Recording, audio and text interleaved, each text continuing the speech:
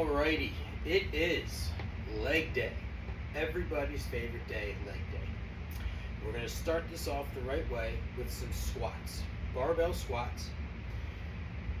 Barbell squats, we've gone over them many times before, but I just want to give you a refresher. I'm going to show you a different angle here. So some of the things that I often see with barbell squats, and I'll demonstrate here, is that you have the tendency to want to try to stay upright as possible, right? Doesn't necessarily need to be the case. You want to think that your first move is sitting back, right? The hips should be going back first. As a result, right, I'm doing this, right? Notice how my chest comes forward. Now I'm not leaning forward, right? I don't want the bar pulling me down, but I should be using my upper back, right, and sitting into it. The lower I get, the more my back is going to come naturally forward, right? So there's nothing wrong with that particular way of doing a squat. And secondly, the hips. All right, so everybody's going to be a little bit different with where they want their hips to be, right? So you can be out wide. Some people are a little bit more narrow. I'm just slightly outside of that, and I like to turn my toes a little bit out. When I do that, it feels better in my hips. I feel more control, and I can get deeper into my squat.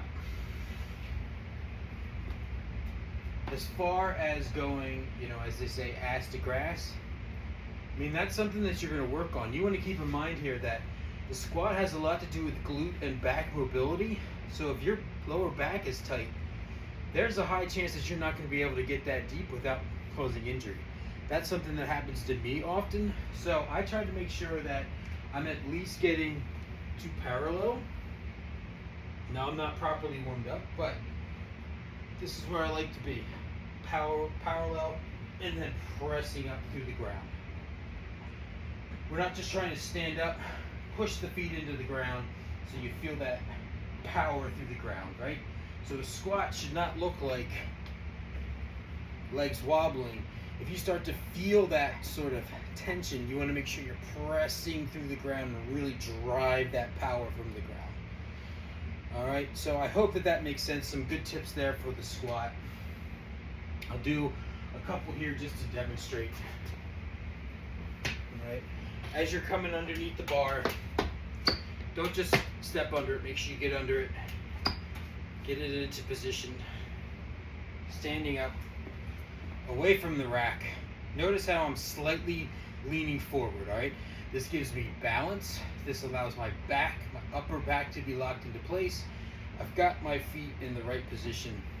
And the first move I'm gonna make is hips back, okay? Hips back, going down as deep as I can. I'm leaning forward, but I'm not all the way forward. And up. Right, no wobbly legs. Down, press into the ground. An easy way to think about pressing into the ground is using your big toe. So, like big toes, press the big toe into the ground. It will generate that power through the full foot. And make sure you get those wobbly legs out of there. All right, so that was the squat. We're moving on. We're gonna do some dumbbell walking lunges, and I got a good tip that's gonna make them a little bit easier for you to do. I'll be right back. Walking lunge. One of the ways that you can make this a little bit easier for yourself is by doing what I call the zigzag step. All right, so traditionally lunges, you step straight forward and back down, so on and so forth. With the zigzag step, all right, instead of stepping straight forward, you're going to step out and then back up, zig it to the other side. For me, when I do this, it creates more balance, and I'm able to step out wider, feel stronger, get more of my hips involved when I'm doing it that way. All right, so step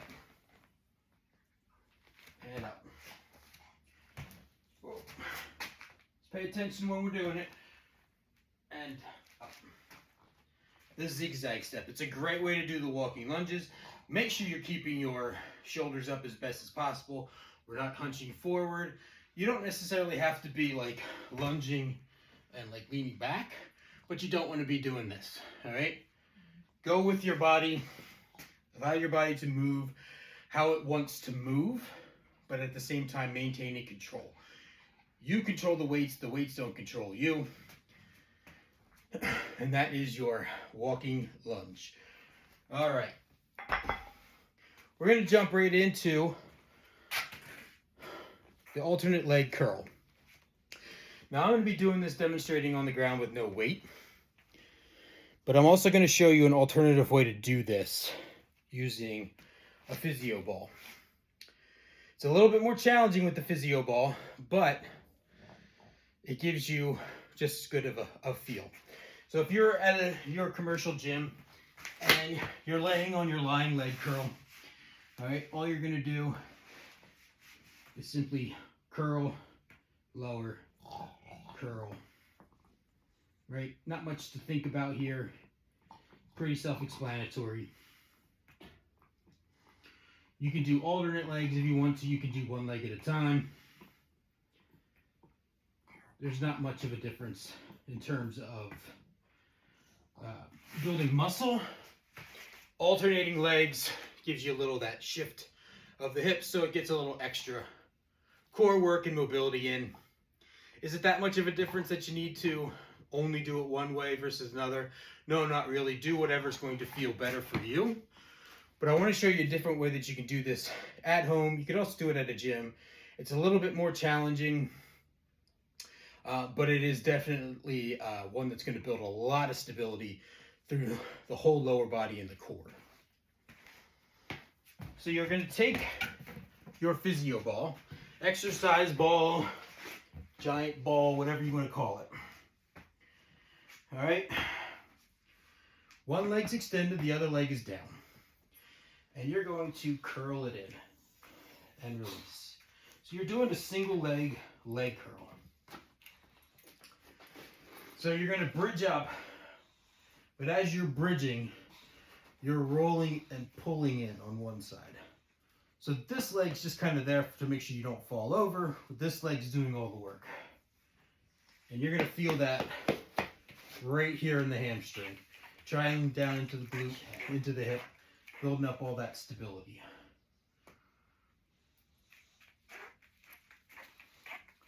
Again, keep the core engaged. Let the body move as the leg's moving. All right, and just so you can see how the stability leg is working, it's just there. Not doing anything, not squeezing or holding on to anything. It's just making sure I don't fall over. And I roll in. And notice how the side that's rolling the ball is definitely higher than the stability side. This is a great way to get in those leg curls when you don't have a machine. It's a great way to change it up if you want to try something different. Highly recommend. All right, next up, we've got hip thrusters, and I'll be right back to demonstrate that for you. Okay, so we're going to be doing barbell hip thrusters. So we're going to set up with a bench. All right, the bench is on my shoulder blades, and I'm putting my arms out to the side. Think of it as like you're hanging out in a hot tub. The bar is in front of me. I'm going to roll it over to me in a second, but real quick, I have this pad here.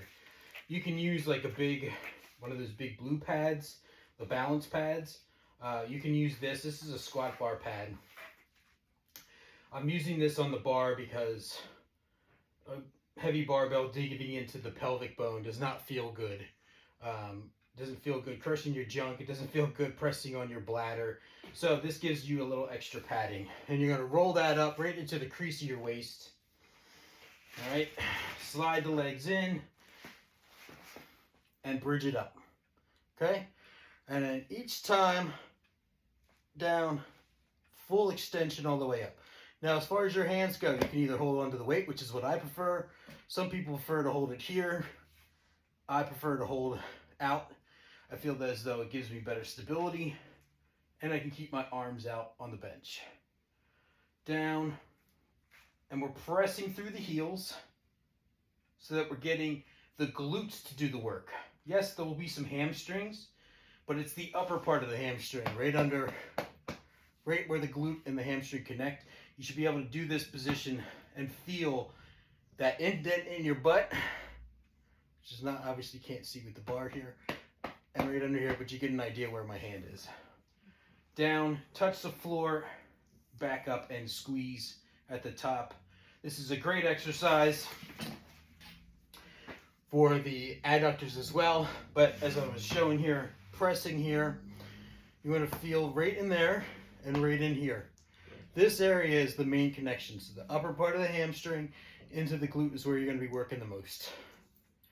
If you're feeling it too low in the hamstring, all right, what you got to do is you're too far out with your legs. Bring your feet in a little closer and drive through the hips with the glutes. All right, that is your barbell hip thruster. One more exercise to go, and that is a standing calf raise, and I'll be right back with that. All right, the last exercise for leg day is a standing calf raise, okay? We're going to be doing this with a barbell. You can do this with a machine. You can even do it with dumbbells if you want, but I'm going to be demonstrating with a barbell. I can put more weight on the barbell. I like it because it adds a little extra core, because I need to be standing nice and steady for this. Because again, this is one of those exercises you don't want a lot of wobbling. So there should be some stability through the core. And then we're going to do this with the feet and the ankles.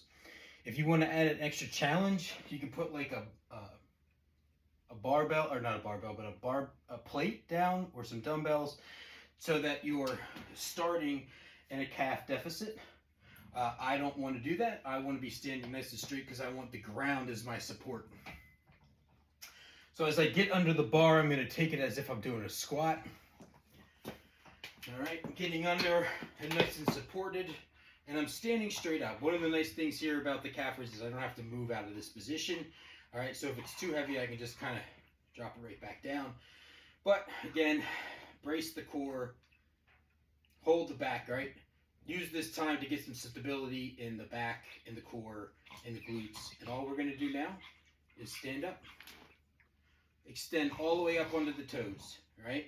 I'm using all my toes, focusing specifically on making sure I get to the big toe. But I'm not just stepping up onto the big toe. I'm getting onto all 5 toes. All 10 toes if you're going to count both feet. All the way up and back down. Find your balance so that you can get up to the top and hold it for a second or two.